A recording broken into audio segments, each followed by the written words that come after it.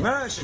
انا بوجه رساله للسيد رئيس الجمهوريه السيد عبد الفتاح السيسي اللي ده حط انت ابنك ان ده ابنك وحط نفسك مكاني. هترضى على ابنك كده يفقد بصره؟ بس هذا اللي انا بوجه ده للسيد رئيس الجمهوريه.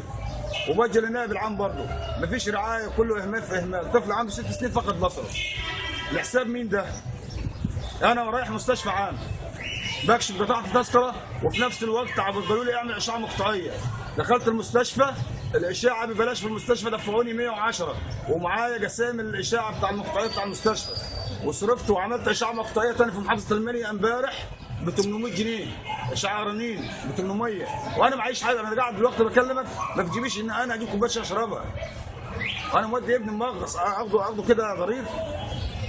لحساب مين ده؟ انا عايز ناس مسؤولين تسال على الطفل ده.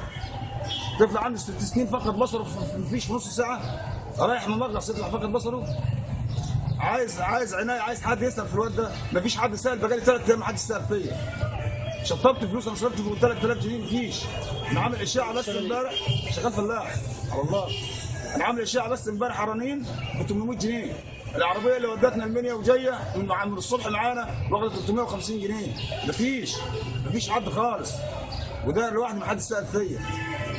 لا مستشفى سأل فيا ولا جامعه سأل فيا ولا رمض سأل فيا ولا حد سأل فيا خالص. المفروض السيد وكيل النيابه المحترم كان حولنا على الطب الشرعي، ما كانش حولنا على مستشفى الرغيف العام، حولنا على الطب الشرعي.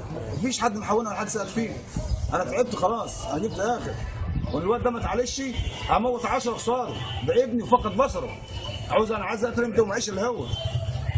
ده فقد بصره خلاص مساهم. ده ما عادش غير هو. معيش الا هو. وده فقد بصره. انا واخده سليم ممغص. واخده ممغص عشان ياخد حضنه كده ويروق. معيش فلوس بمعنى صح انا اكشف له بره. انا الفلوس اللي عملت بيها الاشاعات والحاجات دي انا مدينها. وده فقد بصره. انت لو معاك كنت تكشف له بره. معيش، انا راجل فلاح على الله، معيش، شغال بالاجر. يوم شغال واسبوع قاعد. وماليش معاش ولا لي اي حاجه خالص. وعيلي فقد بصره. مفيش عنايه خالص. وعايز السيد